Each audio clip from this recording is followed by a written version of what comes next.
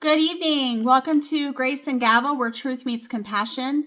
Today, I know we've talked a lot about the death penalty. I know we've talked a lot about criminal cases in general, some of the finer points. Today, we're going to be talking about felony murder. John Oliver actually did a story on this recently, and it's about when intent doesn't matter and teens and minorities and such pay the price, similarly to the death penalty. So imagine this. A group of teenagers break into a home. No one plans to hurt anyone. A homeowner hears a noise, panics, fires a gun, and one of the teens is killed. The teen who pulled the trigger isn't part of the group, but the surviving teens are charged with murder. Not manslaughter, not negligence, murder. Today on Grace and Gavel, we're talking about felony murder, a doctrine that allows the state to convict people of murder without ever proving they intended to kill, which ultimately the mens rea, which is the mind and the intent, is one of the hardest things to prove. And so without that hurdle, the state almost always has an ability, if there are certain parameters met, such as burglary, robbery, sexual assault, and those. Kidnapping is another one. And so if you were with other people in the commission of a crime, one of those enumerated crimes, then you could be held responsible and charged with murder without proving that you intended to kill someone. Felony murder is a legal doctrine that says if someone dies during the commission or attempted commission of certain felonies, which I named like 4 or 5 of them for you, everyone involved in that felony can be charged with murder, even if they did not cause the death and even if the person who died was a co-participant. The key point is this: intent to kill does not matter, which makes it a lower bar and an easier thing to prove for the state. In traditional murder cases, prosecutors must prove mens rea, a guilty mental state. With felony murder, participation replaces intent. The felony becomes the intent, which really almost doesn't make sense, but the predicate felonies. Felony murder is typically triggered by what the law calls inherently dangerous felonies, most commonly robbery, burglary, rape or sexual assault, and kidnapping. And depending on the state, this can also include arson, carjacking, or home invasion. Once prosecutors prove participation in one of these 3 felonies, the burden changes dramatically. They no longer have to prove that you wanted someone to die, that you foresaw the death, meaning it was more likely that was possible. It was a foreseeable circumstance that the person would die from this activity, that you caused the death. They only need to prove you participated and death occurred during the felony. That's it. Why prosecutors use felony murder? From a prosecutorial standpoint, felony murder is powerful because it lowers the burden of proof. It simplifies jury instructions. It avoids complex mental state analysis, which can be difficult to prove. It creates enormous leverage in plea negotiations. Oftentimes they have to weigh, am I going to do 50 years or am I going to plead to a lesser charge? So then ultimately the prosecutors have the idea of okay, well, you were going to do 50, but this plea agreement will have you do 25, and they're winning. They're essentially winning. They're getting a punishment. Instead of arguing intent, the state argues participation. Someone died and you were there. It's emotionally compelling and legally efficient. But efficiency is not the same thing as justice. We are not talking about being at Walmart or Target with huge lines wrapped around the building, and we're wanting to get home and get our Christmas shopping done. That's when you worry about efficiency, not when we're talking about criminal trials with so much at stake. That's the problem. We're not trying to get defendants in and out. That's not the goal. Why teens are hit the hardest. Felony murder laws disproportionately impact teenagers for several reasons. Teens are more likely to commit crimes in groups. Group dynamics amplify impulsivity. Plus, depending on the age, if they're younger than 26, again, the impulsivity is there. The invincibility thing is there. Brain development affects risk assessment. Teens rarely anticipate lethal outcomes. So you get scenarios like this. A group of teens commit a burglary. One teen stays outside. One teen goes inside. A homeowner panics and fires a weapon. One teen is killed. The surviving teens didn't pull the trigger. They didn't plan violence. They didn't expect death. But under felony murder, they can still be charged with murder.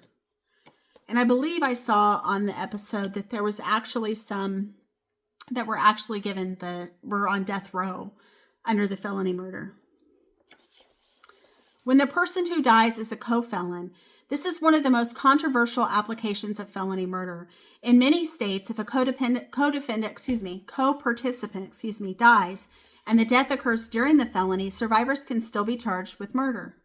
Even if the fatal act was committed by a homeowner or by law enforcement, that's another big one that is a big problem, or by someone acting in self-defense, which was similar to that case, the burglary case where the homeowner shot someone.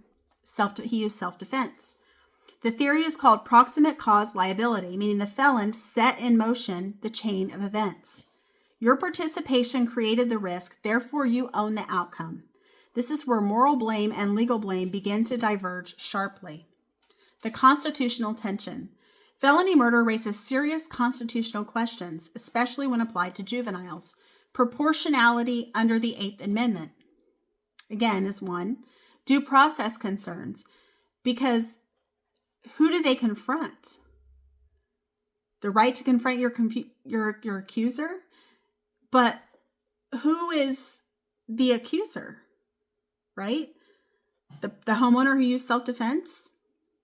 Juvenile sentencing jurisprudence. Again, I know we talked about Clarence Darrow recently. Life sentences without intent. That just seems extremely harsh. The Supreme Court has recognized that teens are less culpable, teens are more impulsive, and teens are more capable of change. Yet felony murder often ignores those distinctions entirely. Let's talk about the John Oliver moment. I told you John Oliver did a series on felony murder. And then the fact that ultimately the issue is, how can you be charged with murder without the intent? Mens rea is a massive part of murder.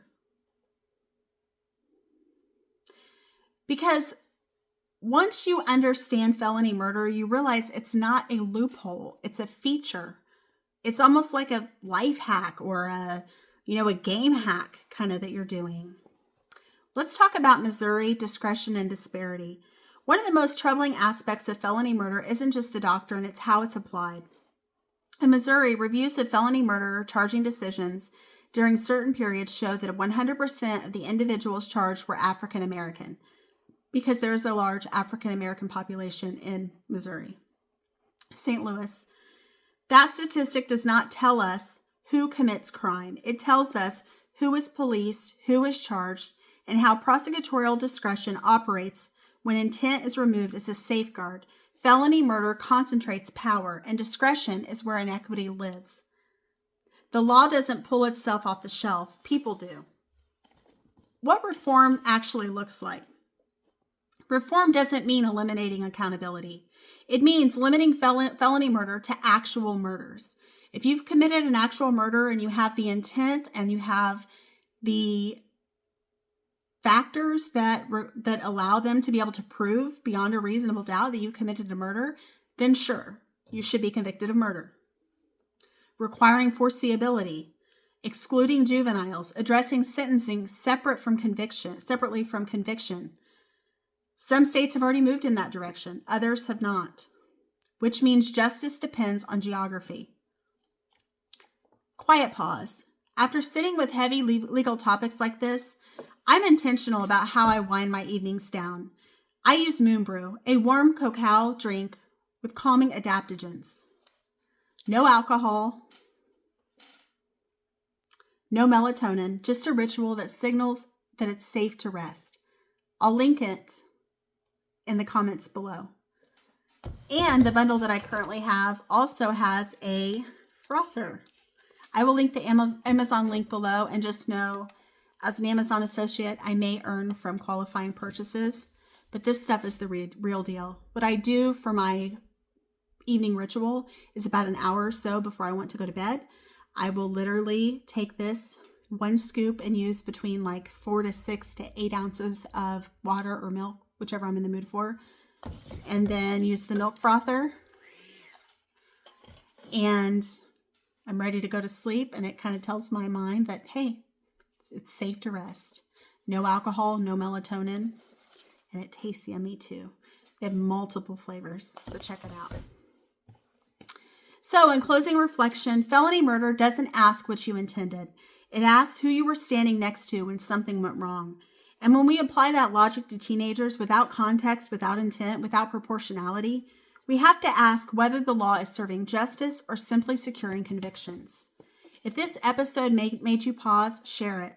These conversations matter, especially when the law feels settled, but the outcomes don't.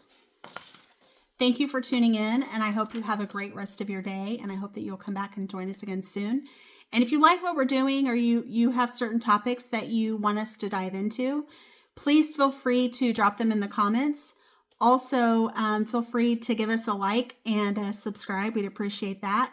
And I hope you guys have a good rest of your day and a happy new year coming up. Thank you for tuning in, and bye-bye.